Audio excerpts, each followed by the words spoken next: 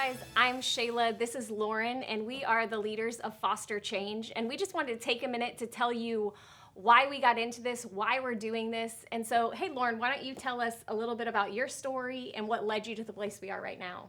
Sure. So we being my husband and I, we fostered and went on to adopt two of our children, two of our five. And walking through that journey of being foster parents and then into adoptive parents, we experienced the system. We really did. We experienced the system. There were highs and lows for us, but more than that, we came to know that was going to be what we experienced. We knew that there would be highs. We knew there would be lows for us. But what I think we didn't realize was how traumatic the system itself is on the children. Yeah. And that was really hard for me to accept. I didn't like the way things were handled all the time. I didn't think it was fair to the kids a lot of the time. And it's not just my kids that are having these experiences. It's kids in the system in general. And a lot of that is because of policy, preferences. A lot of that is metrics of some of these organizations that handle the children in their cases. And some of it is caseworkers because people are people. Well, I think if you've never been a foster parent, like before I was a foster parent, I didn't realize how really broken the system was. And how so many kids are just falling through the cracks with permanency or with like jumping back and forth in all of these different places. And it just does a number, I think, on them. And I think you had a lot of that experience because your kids were in the system for... I think it was 4 years. By the time we adopted, they'd been in the system for 4 years.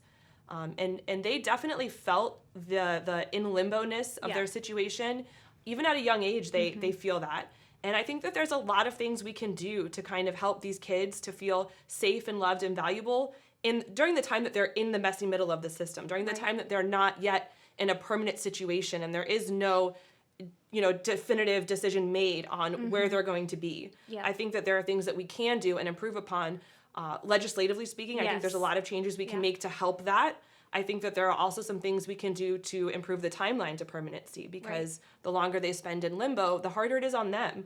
And I think that that's something that we should definitely be focused on. And there are definitely a lot of changes we can influence within the system. And we've had a lot of conversations with a lot of different foster families that kind of feel the same way, but they just don't know where to start or what to do. And it just kind of led us, I think, to go, man, how can we be the change for this? Correct. And I think it's going to make a huge impact, not only in the life of these kids, which your kids are adorable and they like fit seamlessly into your family. It's so cool like they've always to been see. there. Yes, it's like they were just meant to be.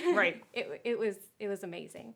And so I'm excited to get to do this with you and to see the change that takes place because of our experiences and just stepping up to be like, okay, you know what? We will be the change. We've had promising conversations already with some representatives, and we know that there's even within the state, there's a lot of focus right now on child welfare, and I think that it's we're in a time where there's an amazing opportunity, and I'm super optimistic and hopeful that we can just bring good to this system that is so broken. And so that's my passion point, is advocating for these kids and bringing about the legislative and policy changes that will influence their best interest to be brought up to the brought up to the surface, brought up to the top, to be the focal point of the system, to have these kids be really the center point and the center focus. But I know your experience was a little bit different than mine, as all of them are, because they're all unique. And I know that for you, it was a little bit more on the support side of things, that you really leaned into needing support because of the situation that was your case. Do you want to share a little bit about that and why that's your thing? So I remember my husband and I deciding to become foster parents, and it was this decision that was like kind of a difficult decision. It's a big change in your life. My husband and I didn't have children, and we had decided, we're leaders in the community. This could be like a twofold thing. We can advocate for this child and make a difference for a child, but we can also advocate and strengthen other families and go, hey, maybe you can make a difference too by becoming a foster parent so that we can meet the need of these kids in these communities. And so walking through that process of becoming foster parents, and then we welcomed in a child into our home that was 5 days old. We literally brought him home pretty much. He was at a shelter, but it was pretty much right out of the hospital.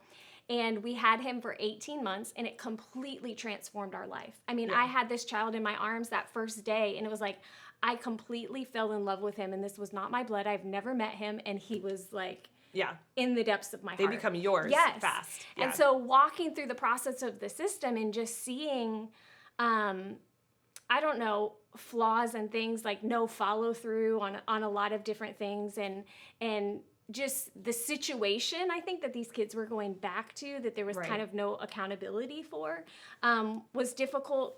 Our case, actually, the goal changed to adoption at one point, and then the parent, his dad was awesome. Like, the system really worked for this parent. And I don't think my foster son went back to a bad situation or anything like that.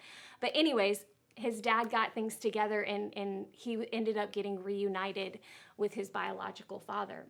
Yeah. And that was a really difficult process when I'd had this kid in my home for 18 months. But the goal of the system is to help, reunite those kids with the families, which is not necessarily a bad thing. No. But it was really painful for me and my husband. And so I remember after the fact not really having the support to process through this loss. And going, where do I go, and who's going to understand, and how do I even process through this? I didn't feel like there was any kind of resource for people that were processing through this. And so luckily, I had some good connections and was able to get into counseling, but I started thinking about, man, what about all of these people that may not have the resources or the tools to process through these things effectively? And then we just are like, no, we can't foster again, and we lose good foster families. Right. And so my passion and my goal is to be able to support these families that have experienced loss, and to help us retain amazing foster families that could do it again if they had the proper way to heal. Yeah, these kids deserve that. They need that. They need safe and soft places to land. Mm-hmm. That's part of feeling safe and valuable and loved. Yes. While you're in the care of the system. Yep. You need those foster parents to step up, and I agree. You need, as a foster parent, you need that support.